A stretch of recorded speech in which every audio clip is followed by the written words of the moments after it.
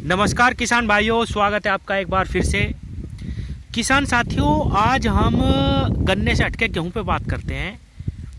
गेहूं की फसल के बारे में कौन कौन से ऐसे खाद हैं जो हमें गेहूं में इस्तेमाल करनी चाहिए। क्यों हमारे गेहूं में बहुत सारे किसान कहते हैं कि भाई कल्ले अच्छी तरीके से नहीं निकल रहे, कुछ कहते हैं कि गेहूं में पीलापन आ गया, कुछ कहते हैं कि भाई अच्छे से जमाव नहीं हो रहा। तो आज किसान साथियों, छोटी छोटी बातें अगर हम उनका ध्यान रख लें तो गेहूं में हम बम्पर पैदावार ले सकते हैं। किसान साथियों, मैं अपने क्षेत्र की बात करता हूं, पश्चिमी उत्तर प्रदेश की, या उत्तर प्रदेश की ही कहूं तो गलत नहीं होगा। इसके बाहर हरियाणा की तो वो तो हमसे बहुत पहले बो देते हैं। किसान साथियों, मेरे क्षेत्र के किसान ने गेहूं को बिल्कुल 2M दर्जे की फसल बना के रख दिया। वो कैसे, मैं आपको बताता हूं। इसकी बुआई जनवरी में करते हैं और दिसंबर के लास्ट में मील लेट चलता है। गन्ने की जो कटाई है वो लेट हो जाती है थोड़ी सी, और उसी में ही मुड्डी काट काट के हम लोग गेहूं बोते हैं। तो पहली तो बात, बुआई में ही हम लेट कर देते हैं। सबसे बड़ी कमी तो यही है। किसान साथियों, अब हम शुरू से आखिर तक बात करने की कोशिश करते हैं और जानते हैं कि क्या इसमें दिक्कत है। और जो भी मैं आपको खाद बताऊंगा किसान साथियों, अगर आप उसका उसी तरीके से प्रयोग करते हैं तो बहुत जबरदस्त गेहूं में रिजल्ट आएगा। ये बिल्कुल आजमाई हुई बातें हैं। किसान साथियों, सबसे पहले हम बुआई पे बात करते हैं। सबसे पहले तो हमें समय पे बुआई करनी चाहिए। अक्टूबर नवंबर इसका बिल्कुल सही समय होता है गेहूं की बुआई का। और बुआई करते समय हमें बहुत गहरी जुताई, बहुत अच्छी जुताई अपने खेत की करनी चाहिए। किसान साथियों, जब हम रोटावेटर से अपनी जमीन को तैयार करते हैं तो आप कभी भी देखना कि वो सिर्फ 4 से 5 अंगल ही जो है बहन करती है। उसके नीचे हमारी जमीन ऐसी की ऐसी पड़ी रहती है। सबसे बड़ा नुकसान तो हमारी धरती में यही हो रहा कि हम उसकी अच्छी जुताई नहीं कर रहे। वो चाहे अपने पास यंत्रों का अभाव मान लो या पेट्रोल डीजल का खर्च मान लो, कुछ भी मान लो, उसकी खेत की तैयारी बहुत अच्छे से करनी, उसकी गहरी जुताई करो।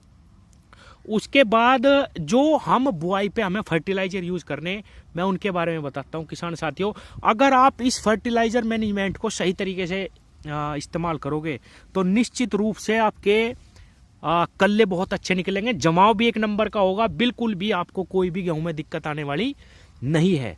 अब मैं पहली चीज आपको बताता हूं, बुआई में क्या क्या खाद इस्तेमाल करना। किसान साथियों, 5 बीघे के खेत में, 1 एकड़ खेत में हमें लेना है 1 बैग डीएपी का। 1 बैग डीएपी का लेना है। और किसान साथियों, दूसरा जो मैं खाद बता रहा आपको, वो डीएपी से भी ज्यादा खास है। और अगर आप उसका इस्तेमाल करते हैं तो मैं निश्चित रूप से कह रहा, किसी के भी सामने ये दिक्कत आती हो किसान के, अकबर मेरे गेहूं में ब्यात नहीं होता, दो खाद जिस तरीके से मैं बताऊंगा आप वो डाल लो, निश्चित रूप से ब्यात होगा। कोई भी दिक्कत गेहूं में नहीं आनेगी। पहला खाद है कैल्शियम नाइट्रेट। बढ़िया कंपनी का, बेकार कंपनी का मत लेना किसान साथियों, यारा का लेना। बहुत जबरदस्त उसका रिजल्ट है। 1100 रुपए के आसपास कट्टा होगा, 25 किलो का, 5 बीघे में। एक तो वो लेना बुआई में, 1 बैग लेना डीएपी का। 2 खाद हो गए। तीसरा खाद लेना है हमें ह्यूमिक एसिड, 5 किलो का, किसी भी अच्छी कंपनी का ह्यूमिक एसिड लेके आओ, दानेदार। और ये तीनों खाद एक जगह मिला के आप 5 बीघे खेत में बिल्कुल दे दो। कुछ लोग ये भी कहेंगे कि डीएपी के साथ हम इसका प्रयोग नहीं करना चाहिए, क्या कहते हैं इसका, कैल्शियम नाइट्रेट का। कोई दिक्कत नहीं आएगी, आप करके देखना किसान साथियों, बिना प्रैक्टिकल करे कुछ भी रिजल्ट सामने नहीं आते। ये तीनों खाद आप डालें। ह्यूमिक एसिड अगर आप इस्तेमाल करते हैं 5 किलो 1 एकड़ में बुआई के समय, तो मैं लिख के दे रहा हूं आपको किसान साथियों, आपका एक एक दाना जमेगा।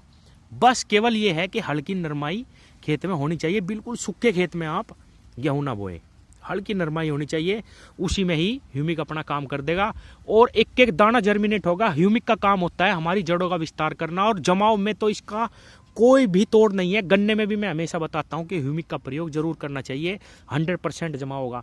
तो हमने बुआई में 3 खाद इस्तेमाल कर लिए किसान साथियों। अब पहला पानी की सिंचाई आती है किसान भाइयों, केवल और केवल 5 धड़ी यूरिया में। मैं यूरिया को बिल्कुल भी खाद नहीं मानता और किसी को भी यूरिया का प्रयोग बिल्कुल नहीं करना चाहिए। यूरिया आप 19-19 का स्प्रे कर दो, वो आपको बहुत बढ़िया रिजल्ट देगा।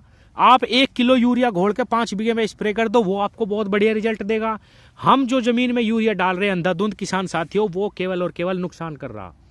लेकिन देना चाहिए केवल उतना ही जितने हमारे खेत को बिल्कुल आवश्यक है। अगर आपका खेत मांग रहा, पीलापन है, तो ही आप यूरिया दें, वरना बिल्कुल ना दें।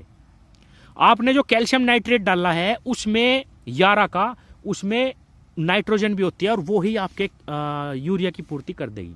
किसान साथियों, आपको पहले पानी पे अब क्या देना, पहली खाद मैंने बता दी, अब मैं दूसरी खाद की बात कर रहा। जब आप कोर देते हैं, कोर बोलते हैं हमारे यहाँ पे, पहला पानी जब आप गेहूं को देते हैं तो उसमें आपको 5 धड़ी यूरिया लेना, सिर्फ 5 बीघे में 6 धड़ी ले लो बिखराव करने के लिए। दूसरा खाद है सागरिका। किसान साथियों, दानेदार सागरिका का प्रयोग करें। किसी के गेहूं में कैसा भी पीलापन हो, कल्ले ना फूट रहे हो, ब्यांत ना कर रहे हो गेहूं, आप उसका प्रयोग कर दीजिए। 101% आपका गेहूं कलर पे भी आ जाएगा, यूरिया की बिल्कुल आवश्यकता नहीं पड़ने की, बढ़वार पे भी आ जाएगा। उसके अंदर साइटोकिनिन, ऑक्सिन, जिबरेलिन, जितने भी तत्व होते हैं सारे के सारे हैं। पहले पानी पे आपको क्या करना, केवल और केवल 10 किलो सागरिका 5 से 6 धड़ी यूरिया में मिला के, धड़ी यानी 5 किलो, एक धड़ी बोलते हैं 5 किलो को, कुछ लोगों की समझ में धड़ी नहीं आता। तो किसान साथियों, आप पहले पानी पे वो दे।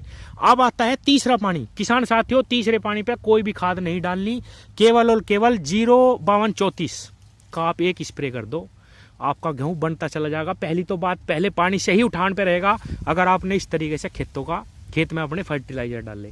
05234 का स्प्रे कर दो। अगर आपको लग रहा कि थोड़ा पीलापन है या मुझे और यूरिया भी की भी डिमांड कर रहा आपका खेत, तो उसमें ही 19-19-19 मिला लो, आधा किलो।